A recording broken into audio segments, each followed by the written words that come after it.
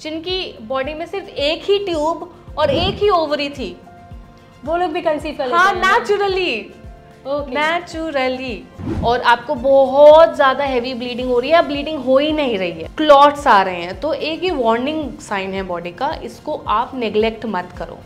हम जब ट्रैवल करते हैं तो हम पब्लिक टॉयलेट यूज नहीं करना चाहते हैं क्योंकि वो गंदे होते हैं, और उसकी वजह से या तो हम अपना यूरिन रोक के रखते हैं बहुत देर, या पानी ही नहीं पीते हैं, तो वो कारण बन जाता है, उससे यूटीआई होता है जब हम ट्रैवल करते हैं। हेलो एंड वेलकम गाइस, आज हमारे लोकमत स्टूडियो में आई है एक योगा आचार्य जिनको 15 साल का एक्सपीरियंस है योगा सिखाने का, आयुर्वेद की बहुत अच्छी नॉलेज रखती हैं। इनको आप योगिनी सृष्टि के नाम से जानते होंगे।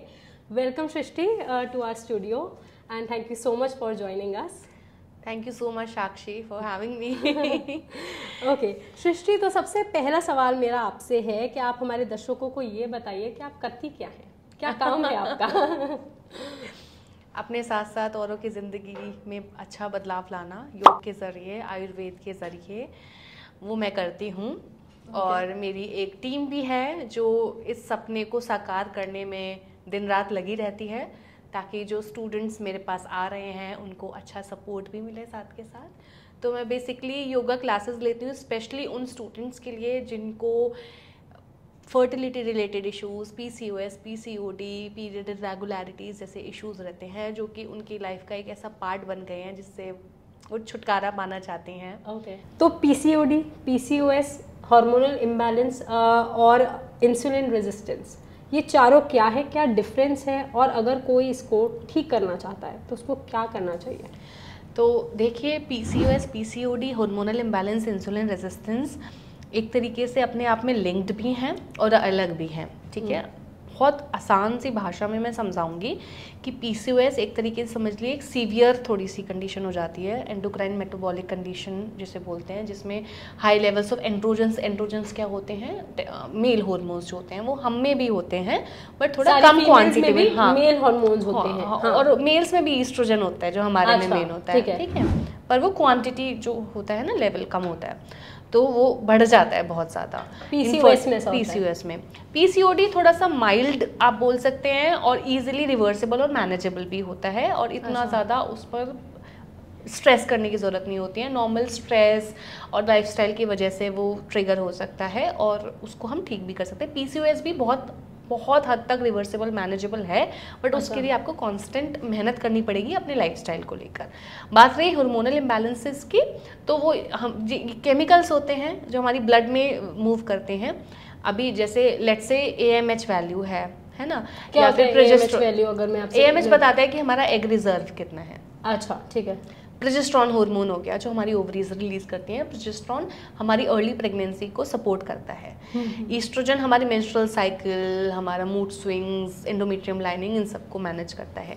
तो वो जब लेवल ऊपर नीचे चला जाता है, या तो पीसीओडी की वजह से या अदर लाइफस्टाइल ट्रिगर्स की वजह से, तो वो हार्मोनल इम्बैलेंस में आता है कि जो मतलब लेवल होना चाहिए उससे या तो ज़्यादा है या कम है। इन तीनों चारों बीमारी को कोई सिम्टम है कि अगर आपको ये सिम्टम है तो आपको ये? हाँ, मैं बताती हूँ। देखिए, और चौथा आता है इंसुलिन रेजिस्टेंस। इंसुलिन रेजिस्टेंस क्या होता है, बहुत ही सरल भाषा में जैसे मैं समझाऊं, हमने कार्बोहाइड्रेट्स खाए, वो बॉडी में जाके ग्लूकोज में टर्न हुए, और इंसुलिन क्या होता है, एक हार्मोन होता है जो पैनक्रियाज बनाता है, रिलीज करता है। तो इंसुलिन एक तरीके से वो चाबी है जो सेल को खोल के ग्लूकोज को अंदर जाने की इजाज़त देता है, मतलब जाने देता है। टाइम के साथ वो की रस्ती हो जाती है और ग्लूकोज नहीं जा पाता है, बॉडी और मीठा ग्लूकोज मांगती है और वो सरप्लस में हो जाता है, जिसकी वजह से लिवर हेल्थ, ओबेसिटी, ये सब चीज़ें दिक्कतें आती हैं। तो इंसुलिन रेजिस्टेंस का तो यही है कि इंसुलिन रेजिस्टेंस ओबेसिटी की वजह से हो सकता है, या उसकी वजह से ओबेसिटी हो सकती है, और वो पीसीओएस, पीसीओडी को ट्रिगर कर सकता है और उसको वर्स कर सकता है। तो स्टार्ट कहाँ से होती हैं चीज़ें, जैसे कि आपको पीरियड्स टाइम पे ना आए, मोटापा बढ़ने लगे एकदम से, थायराइड हार्मोन, जैसे आपकी प्यूबर्टी आपको हिट कर रही है, ऐसा समझ लो मैं आपको बात। प्यूबर्टी देखो, वो तो फर्स्ट पीरियड की अभी हम बात नहीं कर रहे हैं, बट रेगुलरली जैसे नॉर्मली हम ट्रैवल करते हैं, थोड़ा स्ट्रेस लेते हैं, तो पीरियड की डेट 1-2 दिन ऊपर नीचे हो जाती है, जो कि बहुत कॉमन है और उसमें इतना डरना भी नहीं चाहिए। बट कॉन्स्टेंटली आपका पीरियड डेट बहुत ज़्यादा 40 डेज से ऊपर जा रहा है और आपको बहुत ज़्यादा हैवी ब्लीडिंग हो रही है, ब्लीडिंग हो ही नहीं रही है, क्लॉट्स आ रहे हैं, तो एक ये वार्निंग साइन है बॉडी का, इसको आप नेग्लेक्ट मत करो, उसको आप जाओ टेस्ट करवाओ, रूट कॉज को जानने के बाद प्रॉपर जो आपको उसका करवाना है ट्रीटमेंट वो आप कर सकते हो। इसमें योगा कैसे हेल्प करता है? जैसे आपने टेस्ट की बात कही, कुछ लोग ऐसे भी कहते हैं जो मैंने सुना है कि टेस्ट में तो अरे कुछ निकला ही नहीं जी, हमारे तो टेस्ट बिल्कुल क्लियर आया, टेस्ट में तो कुछ निकला ही नहीं है। तो वो सिर्फ स्ट्रेस की वजह से हो रहा है आपका। तो आप स्ट्रेस के जो भी ट्रिगर हैं आप उसको जानो, आप माइंडफुल प्रैक्टिसेस करो, माइंडफुलनेस योगा करो, माइंडफुल। और योगा कैसे इसको हेल्प करता है अगर? योगा पहले मैंने बताया ना, बहुत सारी तो जो दिक्कतें हैं आजकल वो साइकोसोमेटिक हैं, हमारे मेंटल हेल्थ से रिलेटेड हैं। स्ट्रेस लिया, बहुत ज़्यादा ओवरथिंकिंग करी, चीज़ें ट्रिगर हो गई और वर्स हो गई कंडीशंस। तो योगा हेल्प करता है आपके सबकॉन्शियस माइंड को रिलैक्स करने में, आपके सिंपैथेटिक और पैरासिम्पैथेटिक नर्वस सिस्टम को रिलैक्स करने में। अब पैरासिम्पैथेटिक सिंपैथेटिक नर्वस सिस्टम क्या है?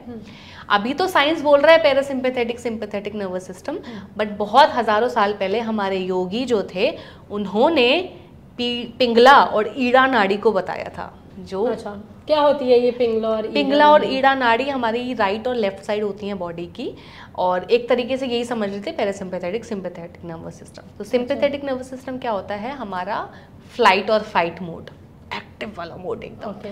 पैरासिम्पैथेटिक होता है रेस्ट एंड डाइजेस्ट मोड। जब हम कॉन्स्टेंटली स्ट्रेस लेते रहते हैं, ओवरथिंक करते रहते हैं, हमारे सेंसिव एक्टिव रहते हैं बहुत ज़्यादा, हमारा सिंपैथेटिक नर्वस सिस्टम एक्टिव रहता है बहुत ज़्यादा, और उसकी वजह से जब ये लंबे समय तक एक्टिव रहता है तो उसकी वजह से हार्मोनल इम्बैलेंसेस, इनफर्टिलिटी के इश्यूज़ और स्ट्रेस, एंग्जाइटी ये सब बढ़ने लगती हैं। तो योगा हेल्प करता है कि हम थोड़ा सा ब्रेक लगा के रेस्ट एंड डाइजेस्ट मोड को एक्टिव करके प्राणिक एनर्जी को सुषुम्ना नाड़ी में ले जाके वेगस नर्व को, मतलब साइंस टर्म में वेगस नर्व को स्टिमुलेट करके हम बॉडी में थोड़ा नर्वस सिस्टम को रिलैक्स करें। और जब नर्वस सिस्टम रिलैक्स होगा, सबकॉन्शियस रिलैक्स होगा, चीज़ें वहीं से ठीक होनी शुरू हो जाएंगी। तो सृष्टि, आपने मुझे पीसीओडी पीसीओएस के बारे में बताया, इस पे आपका सैंपल साइज क्या है? कितने लोगों आपके पास आए हैं इस बीमारी को लेकर के, और फिर कितना टाइम उनको लगा है कि वो ठीक हो गए हैं, उनका रिवर्स हो गया है जो आप बात कर रहे थे? बहुत सारे स्टूडेंट्स आते हैं हमारे। अगर मैं नंबर पूछूं तो हज़ारों, उससे भी ज़्यादा, उससे भी ज़्यादा। ये एक महीने का बता रहे हो हज़ारों, या फिर कैसे? एक महीने का नहीं, हमारे अब तक जितने भी फीडबैक, मैंने को 3 साल हो गए प्रॉपर ये क्लासेस लेते हुए। वर्चुअल केयर प्रोग्राम में जो लेती हूँ, उससे पहले हीलिंग की थेरेपेटिक क्लासेस ऐसे होती थी। तो बहुत सारे स्टूडेंट हैं। अभी जैसे इंस्टाग्राम है ना हमारा, उसमें हाईलाइट्स आप डालते हो, हाईलाइट में पर हाईलाइट 100 स्टोरी का वो होता है लिमिट कि 100 स्टोरी से आप नहीं डाल सकते ज़्यादा। बहुत सारे भर गए, हमें बहुत सारे डिलीट भी करने पड़े, ठीक है। तो ये तो अच्छी बात है कि इतने सारे लोगों की लाइफ चेंज हो रही है, बट कितने समय में ठीक हो जाएगा ये डिपेंड करता है आप पर और आपके एनवायरनमेंट पर। इस पर मैं एक एग्जांपल दूंगी आपको बड़ा सुंदर सा, कि सपोज करो कि ये 2 ग्लास रखे हैं हमारे सामने, पीने का पानी है। एक ग्लास में पानी है ग्लेशियर से बिल्कुल ताज़ा पानी जिसे पिया जा सकता है फिल्टर किए बिना, और करना भी है तो एक बार फिल्टर करना है, ज़्यादा मेहनत पैसा टाइम नहीं लगेगा। दूसरे ग्लास में पानी है मे बी दिल्ली की यमुना का, अब तो फिर भी शायद साफ़ हो रही है यमुना, अच्छा इनिशिएटिव है। बट आप ये बताओ कौन से ग्लास में ज़्यादा टाइम लगेगा, ज़्यादा पैसा लगेगा, ज़्यादा मेहनत करेगी फिल्टर करके? ये वाले ग्लास में, यमुना वाले पानी में।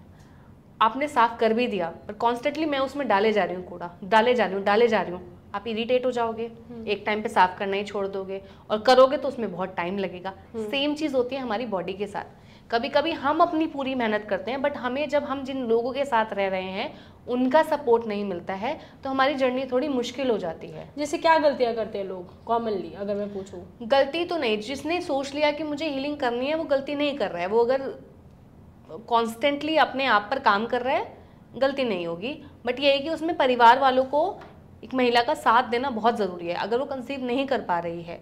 कभी कभी ऐसा होता है रिपोर्ट सारी नॉर्मल है और फिर भी कंसीव नहीं कर पाती है। इसको बोलते हैं अनएक्सप्लेन इनफर्टिलिटी, की कोई रीज़न भी नहीं है, एक्सप्लेनेशन नहीं है, तब भी वो कंसीव नहीं कर पा रही है।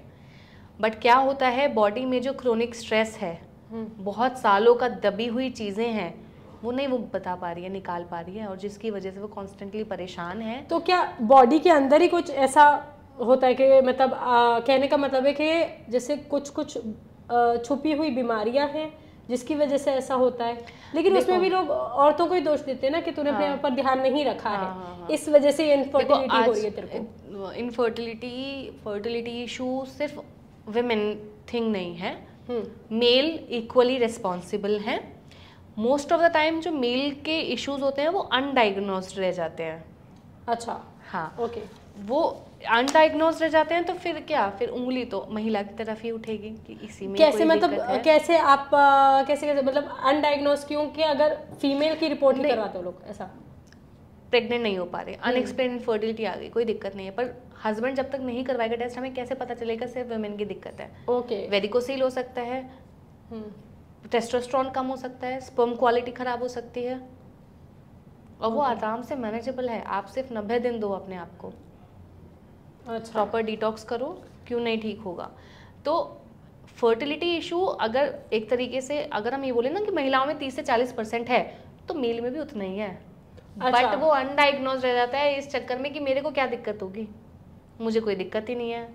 और अगर जैसे मेल्स की मैं बात करूं, क्योंकि अब तो सारे लोग जैसे जागरूक हो गए बहुत ज़्यादा, लेकिन मेल्स में भी ज़्यादा है कंपैरेटिव फीमेल्स, ऐसा है या फीमेल्स में ही ज़्यादा, इन दोनों में इक्विवेलेंट है या फिर इनफर्ट? वो तभी पूछने लगते हैं, अच्छा आप मैरिड हैं, अच्छा मैरिड है तो बच्चा प्लान कर रहे हो, अच्छा बच्चा भी प्लान नहीं कर रहे हो, अच्छा तब प्लान करोगे, ठीक है, देन कम टू अस, ठीक है। और वो सीधा ही ये बात बोल देते हैं कि कुछ टाइम बाद के अच्छा नहीं हो रहा है तो आप सरोगेसी करवा लो, आप आईवीएफ करवा लो। आईवीएफ तो मतलब मुझे लगता है हर दूसरी रील का शायद से पार्ट है कि आईवीएफ करा लो, सरोगेसी करा लो। लेकिन वहीं योगा या फिर कुछ आयुर्वेदिक डॉक्टर कहते हैं कि अरे आप नेचुरली कंसीव कर सकते हैं। इसमें मैं एक बात बोलना चाहूँगी कि अच्छी बात है, साइंस है, एडवांस है इतनी।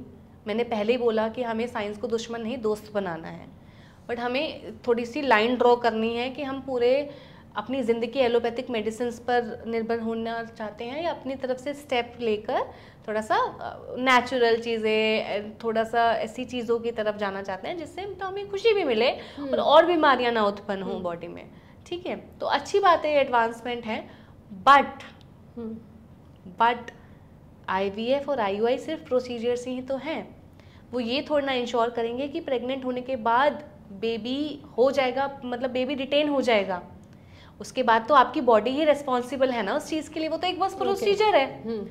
एंड उस प्रोसीजर से पहले भी मैं यही अपने स्टूडेंट्स को बोलती हूँ कि थोड़ा 3 से 6 महीने अपनी बॉडी को नेचुरल एक मौका तो दो, जाओ आप प्रोसीजर की, कोई दिक्कत नहीं है, ठीक है। क्योंकि अगर आपके पास यूट्रस है, ओवरीज है, फेलोपियन ट्यूब्स हैं, तो आप क्यों नहीं कर सकते नेचुरल कंसीव? कौन रोक रहा है? मैंने बहुत सारे स्टूडेंट्स को देखा है, मैं बताती हूँ। एक स्टूडेंट थी 40 से ऊपर उनकी उम्र थी, एक फेलोपियन ट्यूब थी, ओवरीज में पीसीओएस के ट्रेसेस थे, मल्टीपल आईवीएफ आईयूआई फेलियर्स थे। अब उनके पास क्या रास्ता था कि बस विदाउट एनी एक्सपेक्टेशन मैं नेचुरली ट्राई करूँ। With in month she conceived naturally. जो AMH 0.4 0.5 के साथ आ रहे हैं, नेचुरली कंसीव कर रहे हैं, even in some cases. But वो कैसे, मैं यही जानना चाह रही हूँ कि कैसे 6 महीने के अंदर ऐसा क्या हो रहा है उनके साथ, क्योंकि बॉडी तो उन्हीं की है। 6 महीने पहले 6 महीने में वो कॉन्शियसली प्लान कर रहे हैं ना, कॉन्शियस प्रेगनेंसी के लिए तैयार कर रहे हैं। एक वो उस पर्टिकुलर दिन के लिए अपनी बॉडी को रेडी कर रहे हैं कॉन्शियसली 6 महीने तक, 6 महीने तक कि हाँ हम इस दिन हम सेक्सुअल इंटरकोर्स करेंगे, इसके लिए मुझे अपनी बॉडी को प्रॉपर डिटॉक्स करना है, आयुर्वेद के जरिए, पंचकर्म के जरिए, योगा के जरिए, अच्छा खाना खाने के जरिए। और सिर्फ योगा और आयुर्वेद नहीं, you have to be mindful throughout the day कि आप गॉसिप में ना पड़ें ज़्यादा, आपकी शाम जो है वो बहुत रिलैक्स्ड हो, क्योंकि अगर शाम में हम लड़ाई झगड़ा ड्रामा देखेंगे तो हमें नींद अच्छी नहीं आएगी। तो शाम जितनी स्लो और रिलैक्स्ड होगी, आप उतना अच्छा सो पाएंगे, उतना अच्छा बॉडी आपकी सुबह फील करेगी। क्योंकि अगर आप स्ट्रेस लेंगे तो सुबह भी आपकी ऐसी रहेगी इरिटेटेड। तो वो 6 महीने कॉन्शियसली आप अपने आप पर काम कर रहे हो, बॉडी को हेल्दी बना रहे हो, जंक नहीं खा रहे हो, अच्छा खाना खा रहे हो, एंटीऑक्सीडेंट फूड खा के, एंटी इन्फ्लेमेटरी फूड खा के अपनी बॉडी में से इन्फ्लेमेशन घटा रहे हो, आपका स्टूल टाइम पे आ रहा है, एक्सेस टॉक्सिन्स आपकी बॉडी से एलिमिनेट हो रहे हैं, हार्मोन बैलेंस हो रहे हैं, वेगस नर्व आपकी एक्टिवेट हो रही है और आपका राइट और लेफ्ट साइड बैलेंस में आ रही है। 3 महीने तो आप दे ही सकते हो, मैं अपने स्टूडेंट मतलब एक बार आप ट्राई करके देखो, नेचुरली ट्राई करो एक बार। अच्छा, अपने आप पे और भरोसा तो रखो। क्या ये सिर्फ ट्राई फीमेल को ही करना है? नहीं, हाँ, तो ये मेन क्लासेस भी है हमारी। नहीं मतलब कितना मेल को कितना, क्योंकि लड़कों के हिसाब से इक्वली। अच्छा, इक्वली पूरा। मेल्स को क्या बता दो आप प्लीज। मेल्स के लिए एक बहुत बड़ी बात है, हाँ। एक तो अपने इमोशंस को जाहिर करना शुरू कर दो, कोई फ़ायदा नहीं है अपने अंदर स्ट्रेस को रखने, उसमें बीमारियां ही बढ़ती हैं। सेकंड, वेट ट्रेनिंग करो, मेल्स के लिए बहुत इंपॉर्टेंट है, ठीक है। प्रोटीन रिच खाना खाओ। प्रोटीन सिर्फ आपकी मसल हेल्थ, बोन हेल्थ के लिए नहीं, आपकी स्पर्म हेल्थ के लिए भी बहुत अच्छा होता है। सपोर्टेड हर्ब्स लो, ठीक है। पंचकर्म कराओ 3 महीने में, 2 महीने में एक बार, जैसे भी आपके डॉक्टर बोलते हैं। योगा करो रेगुलरली, जिम भी करो, योगा भी करो। जैसे मैंने बोला, सब दोस्त साथ मिलके रहेंगे, हमें किसी से लड़ाई नहीं करनी। तो वेट ट्रेनिंग के साथ साथ योगा भी करो। मेरे हस्बैंड हैं, प्रॉपर वेट ट्रेनिंग करते थे, योगा भी कर रहे हैं अभी। He is a teacher, yoga acharya है प्रॉपर। वो मेन फर्टिलिटी क्लासेस लेते हैं। मेल क्या रहते हैं कि बहुत ज़्यादा बार क्या होता है कि हम किस तरीके के कपड़े पहन रहे हैं, कैसा लाइफस्टाइल है, उससे बहुत फ़र्क पड़ता है। मेल्स के तो जेनिटल्स होते हैं, जो उनके ऑर्गन्स होते हैं, वो बॉडी के बाहर होते हैं फॉर अ रीज़न, क्योंकि टेम्परेचर उनका 2 से 3 डिग्रीज मिनिमम, इतना मतलब कम होना चाहिए बॉडी टेम्परेचर से। अब उन सिंथेटिक अंडरवेयर्स पहनेंगे, लैपटॉप को अपने लैब पे रख के काम करेंगे, वो हीट वहाँ पे जनरेट हो रही है, उल्टा हो रहा है। जो टेम्परेचर नॉर्मली बॉडी टेम्परेचर से कम रहना चाहिए, वो टेम्परेचर ज़्यादा हो रहा है। कॉन्स्टेंट स्ट्रेस है, टाइट अंडरवेयर, सिंथेटिक अंडरवेयर है जिसमें आपकी बॉडी ब्रीथ नहीं कर पा रही है। और फीमेल्स के साथ ऐसा क्या है? फीमेल्स के साथ तो यही है कि ज़्यादातर फैमिलीज़ में वो अपने इमोशंस को एक्सप्रेस सेम चीज़ एक्सप्रेस नहीं कर पाती हैं, तो वो अंदर स्ट्रेस बढ़ता रहता है। और कभी कभी क्या होता है कि फैमिली का सपोर्ट नहीं रहता है ना, तो टॉन्टिंग, बीलिटलिंग, ये बहुत मतलब मेरे स्टूडेंट क्लास में आती हैं और वो लिटरली रोती हैं कि सृष्टि मेरी सास मुझे ऐसा बोलती है। तो मैं यही बोलती हूँ कि देखो, कभी कभी ऐसा होता है कि हम लोगों को अपनी लाइफ से नहीं हटा सकते हैं कि मतलब हम अलग रहने लग जाएं, बहुत सारी रिस्पॉन्सिबिलिटीज़ होती हैं। तो उस केस में ये है, अगर आपको लगता है कि वो इंसान चेंज हो सकता है, उसमें क्षमता है चेंज होने की, वो आपसे प्यार करता है, तो आप अपनी मेहनत करो, वरना तो इग्नोर करो। क्योंकि अगर आप अपनी मेहनत करते रहोगे और वो इंसान चेंज होने का नाम नहीं ले रहा है, तो आपकी व्यर्थ है सारी एनर्जी। तो समटाइम्स इग्नोरेंस इज ब्लिस। तो आप इग्नोर करना सीखो और अपने आप में रहना, खुश रहना सीखो। आपके सामने सबसे ज़्यादा प्रॉब्लम्स क्या आई है? अगर कोई फीमेल जो आती है, सबसे ज़्यादा प्रॉब्लम किस चीज़ के लेकर के आती है? सबसे ज़्यादा प्रॉब्लम यही होती है कि टॉन्टिंग बहुत ज़्यादा होती है फैमिलीज़ में। और इसको लेकर के इनफर्टिलिटी है या ऐसा कुछ है? नहीं, देखो क्या होता है कि 1 साल तक अगर आप अनप्रोटेक्टेड सेक्सुअल इंटरकोर्स करो और तब भी आप प्रेग्नेंट ना हो पाओ, तब दिक्कत है। बट लोग क्या होते हैं, 3-4 महीने में ही परेशान होने लगते हैं। आप परेशान हुए, स्ट्रेस बढ़ा, स्ट्रेस की वजह से हार्मोनल इम्बैलेंसेस हुए, साइकिल टाइम पे नहीं आई, ओव्यूलेशन ट्रैक नहीं हो पाया और लेट हो गया। अच्छा, ओव्यूलेशन ट्रैक की बात है कि बहुत सारी महिलाओं को नहीं पता है कि क्या है ये ओव्यूलेशन। एक बार ओव्यूलेशन जब हमारी बॉडी एग रिलीज करती है, ठीक है। अच्छा, अभी ओव्यूलेशन ट्रैक आप रैंडम डे पे करोगे, आपको नहीं पता चलेगा। तो उसके लिए बेस्ट है कि आप डेली चार्टिंग करो, एक पेपर पे डेली अपना उठते के साथ आपकी बॉडी का क्या टेम्परेचर है, थर्मोमीटर से नाप के उठते के साथ वो लिखो। तो और जब हम ओव्यूलेट करते हैं तो वो थोड़ा बढ़ जाता है टेम्परेचर 1-2 डिग्री। दूसरी चीज़ सर्वाइकल म्यूकस, जो स्टिकी म्यूकस हमें प्रेजेंट होता है, वो उसको आप देखो। ये दोनों चीज़ें टिक मार्क हैं तो आप ओव्यूलेट कर रहे हो। आप सेक्सुअल इंटरकोर्स के लिए कितने दिन होते हैं महीने में ओव्यूलेशन किसी फीमेल बॉडी में? एक बार 24 से 48 घंटे टाइम रहता है इसका। अच्छा। और बहुत सारे लोग बोलते हैं कि 14वें दिन पे होता है पीरियड्स के बाद, 14th डे पे, बट ऐसा नहीं है। और यही दिक्कत आती है कि हम 14th डे पे रैंडमली चेक करते हैं, ओव्यूलेशन किट में नेगेटिव आता है और हम नेगेटिव हो जाते हैं। अच्छा, तो ये 21st डे पे भी हो सकते हैं, 10th डे पे भी हो सकते हैं ओव्यूलेशन, जब हमारे पीरियड्स की साइकिल वो नहीं है सेम।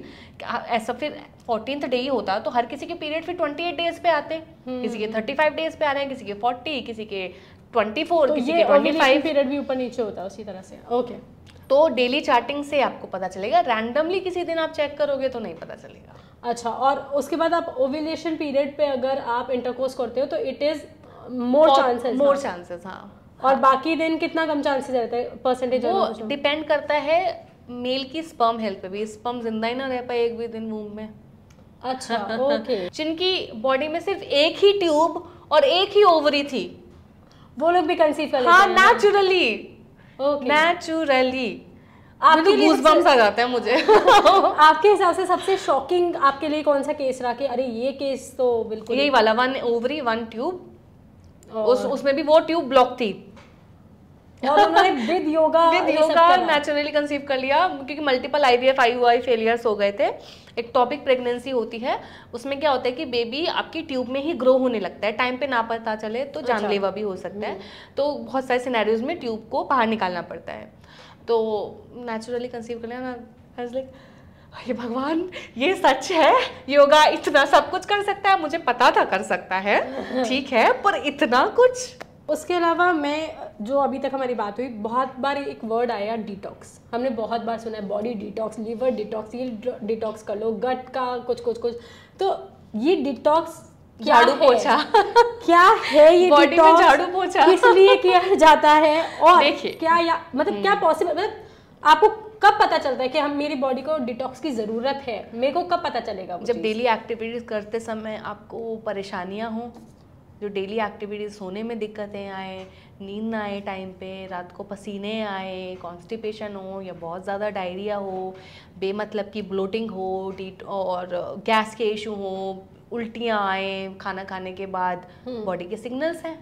क्या आपको बॉडी डिटॉक्स की ज़रूरत है? नहीं, किस तरीके के डिटॉक्स की ज़रूरत है और किस तरीके की मेडिसिन की ज़रूरत है, क्योंकि आप अगर पंचकर्मा की तरफ जाते हैं तो डिटॉक्स एक दिन का काम नहीं है, महीने भी लग जाते हैं। ठीक है, प्रॉपर आपकी बॉडी को तैयार किया जाता है डिटॉक्स के लिए, आपको घी पिलाया जाएगा या प्रॉपर आपकी मसाज होंगी, और उसमें भी डॉक्टर बताएंगे कि आपको बस्ती करानी है, बस्ती करानी है, या शंख प्रक्षालन के लिए जाना है, या नॉर्मल अनीमा से हो जाएगा, वो सारी चीज़ें होती हैं। अच्छा, लोग बोलते हैं, जैसे डिटॉक्स की बात करें, लोग बोलते हैं कि ये कुछ चीज़ें हैं खा लो उससे डिटॉक्स कम हो जाता है। देखो खाने वाली चीज़ें, पीने वाली चीज़ें वो सिर्फ सपोर्ट कर सकती हैं डिटॉक्स के फंक्शन को बॉडी में।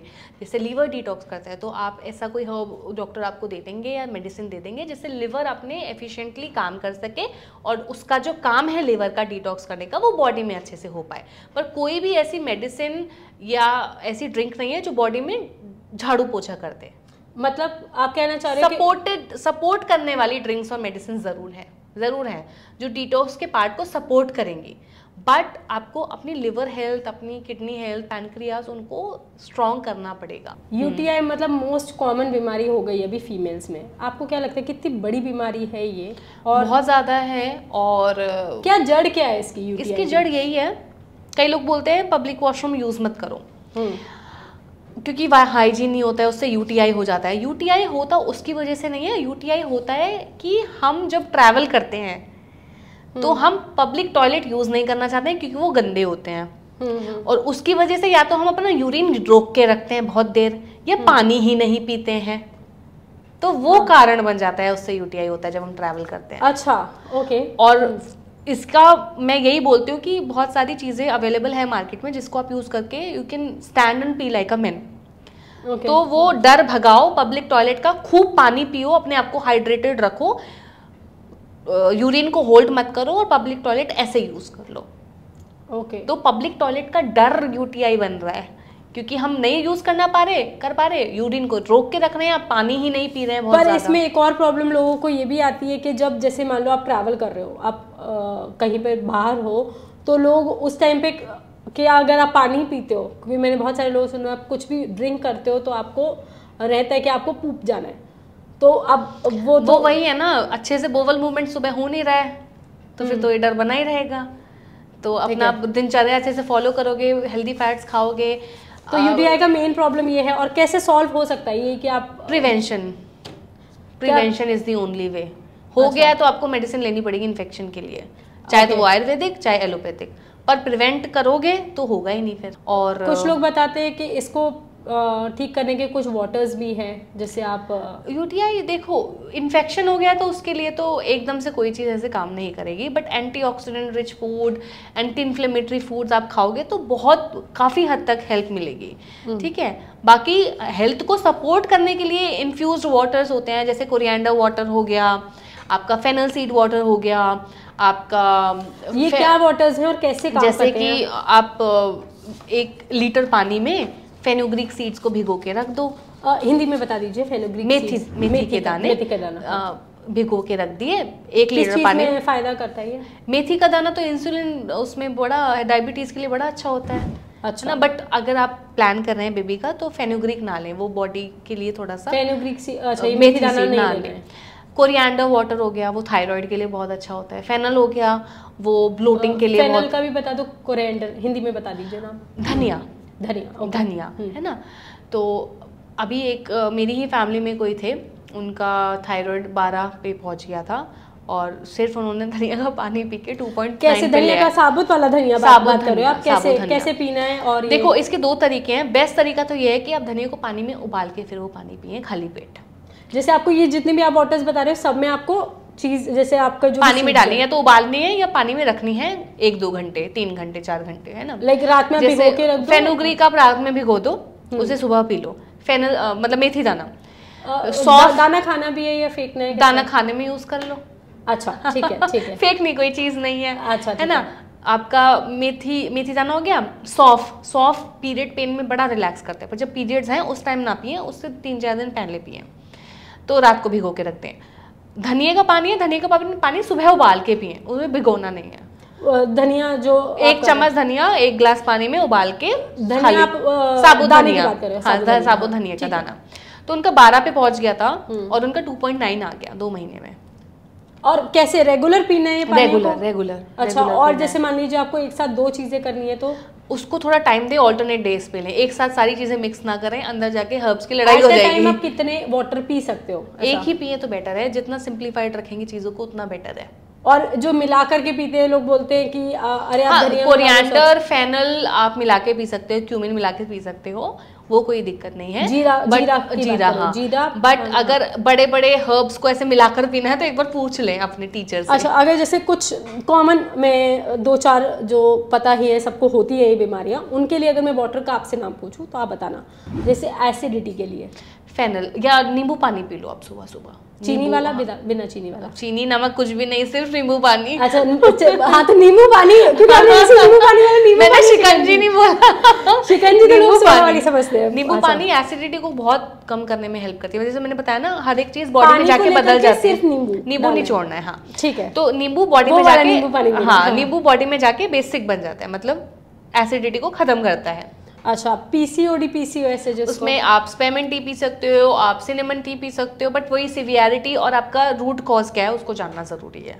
अच्छा ठीक है। फेनुग्रीक सीड भी है अगर इंसुलिन रेजिस्टेंस है, बट रूट कॉज जानना जरूरी है। अगर नॉर्मल पीसीओएस है किसी को, अगर नहीं नॉर्मल कुछ नहीं, वो नॉर्मल तो होता ही नहीं है। अच्छा ठीक है। ओके, ब्लोटिंग के लिए फेनल सीड बहुत अच्छा है, बहुत ज्यादा अच्छा। और हार्ट बर्न होता है किसी को या ऐसे नींबू पानी। अच्छा, इनफर्टिलिटी है, अगर इनफर्टिलिटी के पीछे क्या रीजन है? अच्छा ओके, स्टमक प्रॉब्लम्स है, डाइजेशन नहीं हो रहा, सबसे ज्यादा मतलब कॉन्स्टिपेशन रहती है। कॉन्स्टिपेशन के लिए आप क्या ले सकते हो? देखो घी खाना बहुत जरूरी है उसके लिए, आपको पानी नहीं। कॉन्स्टिपेशन बहुत अच्छा तरीका है कि आप बॉडी को हाइड्रेट करो, पानी ज्यादा पियो, घी खाओ, फाइबर भी बहुत ज्यादा। पर घी कब खाना है, कैसे खाना है? नॉर्मल सब्जी में डालकर आप घी खाओ। बहुत ज्यादा कॉन्स्टिपेशन है तो आप सुबह गर्म पानी, मतलब घी पीकर उसके ऊपर गर्म पानी पी ले। कभी कभी क्या होता है, हम घी पीते हैं तो घी गले में लगा रह जाता है, तो उसके बाद आप 3-4 दाने भुने चने के दाने खा सकते हो, तो गला पूरा साफ हो जाएगा, आपको इरिटेशन नहीं होगी। सिम्टम्स एक बीमारी के कभी कभार अलग अलग तरीके के सिम्टम्स होते हैं। अब ब्लोटिंग का भी शायद से वही सिम्टम है, या जो हार्ट बर्न है उसका भी वही सिम्टम है, या जो बर्निंग सेंसेशन है, वो आपका प्रकृति पता करने के बाद ही पता चलेगा। जैसे कैसे, मतलब मुझे जानना है कि मेरी बॉडी में क्या हो रहा है, जो ये ऑडियंस है वो जानना चाहती है कि मेरी बॉडी में क्या हो रहा है, कैसे पता चलेगा? देखिए, जैसे कि हमारे बॉडी में 3 नाड़ियां होती हैं, वात, पित्त एंड कफ। वात हमारे लोअर एब्डोमेन में, पित्त यहाँ पे, कफ यहाँ पे होती है। अगर वात एग्रेवेट हो गया, बॉडी में ज़्यादा बढ़ गया है, माने कि बॉडी में बहुत एयर और स्पेस एलिमेंट ज़्यादा हो गया है, तो उसकी वजह से हमें कॉन्स्टिपेशन इशू, ब्लोटिंग इशू बहुत ज़्यादा हो जाएगा, नीज में क्रैकिंग साउंड्स आएंगे और इंस्टेबिलिटी, थॉट्स की इंस्टेबिलिटी बहुत बढ़ जाएगी। ये मैं कुछ एग्जाम्पल दे रही हूँ, ठीक है। पित्त अगर बढ़ जाता है बॉडी में तो liver health related issues, body बहुत बाइल बनाने लग जाती है, हमें गुस्सा बहुत आता है, बहुत एग्रेशन रहता है, बॉडी बहुत गर्म रहती है, और लिवर हेल्थ की वजह से फिर बॉडी में हाइपर पिगमेंटेशन और ये सारी एसिडिटी, ये सब दिक्कतें आती हैं। कफ अगर बढ़ जाता है तो हमारी बॉडी खांसी जुकाम ना होते हुए भी बहुत सारा म्यूकस जनरेट करती है, हमें लेथार्जी बहुत ज़्यादा होने लग जाती है, हम मोटापा बहुत बढ़ने लग जाता है क्योंकि अर्थ एलिमेंट बहुत ज़्यादा बढ़ जाता है हमारी बॉडी में।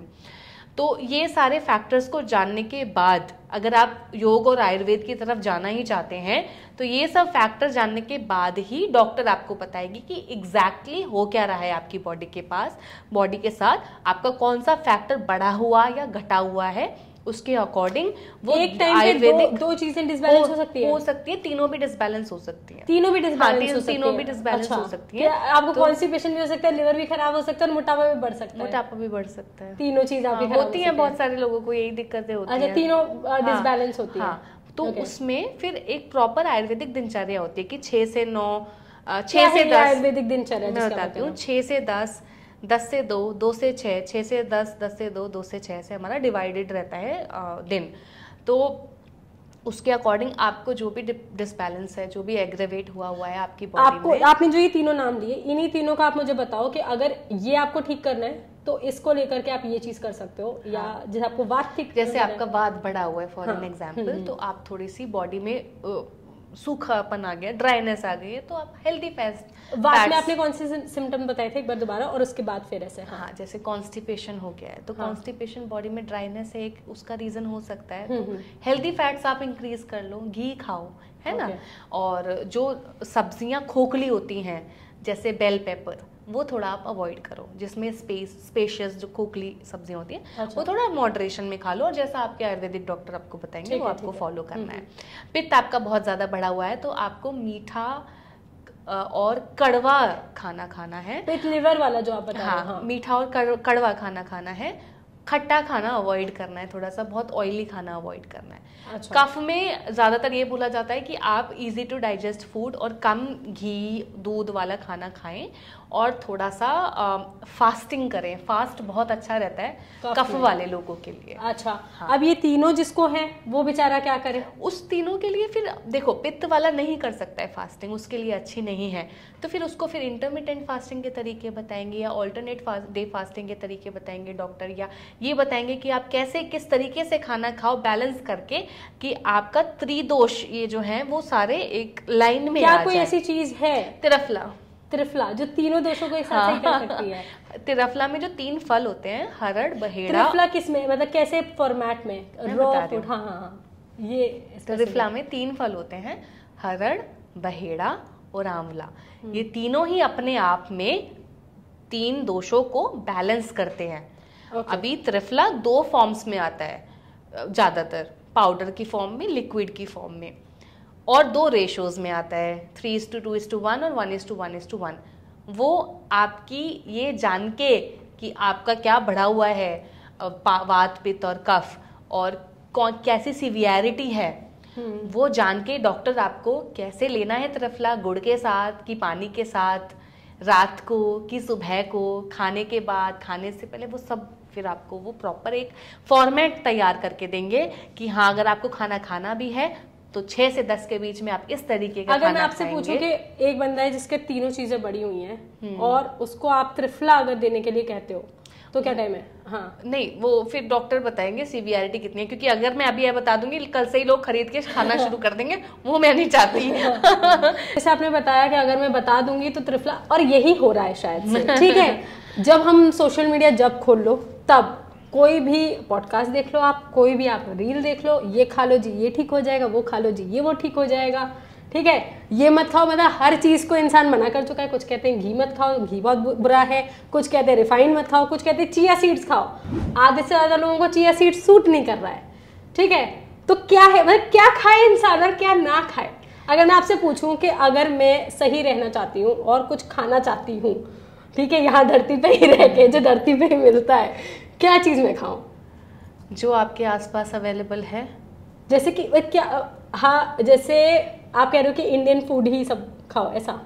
जो आप दिल्ली में रहते हो? हाँ। दिल्ली में जो चीज़ रीजनल है आपके आसपास मिल रही है और उस पर्टिकुलर सीजन में आ रही है वो खाओ, बेस्ट बैलेंस। जैसे एग्जांपल आप दो।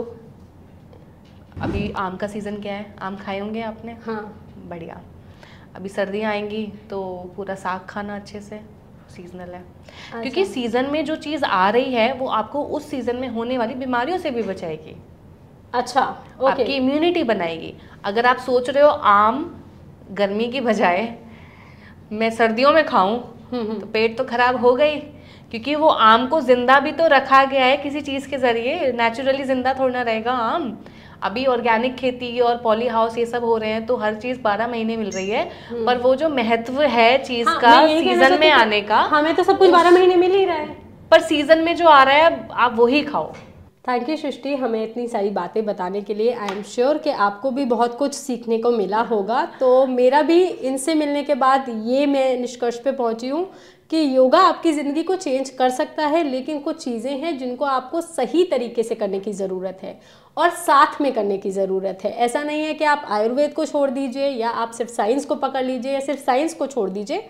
आपको सारी चीज़ों को बैलेंस करके चलना होगा और जो भी चीज़ आप कर रहे हैं उस पर एग्जैक्टली आप टिके। अगर आप योगा भी कर रहे हैं तो प्रॉपर कोर्स, प्रॉपर ट्रेनिंग के साथ करें। कोई वीडियोस या खुद से आप सब कुछ करना शुरू मत कर दीजिए, ठीक है।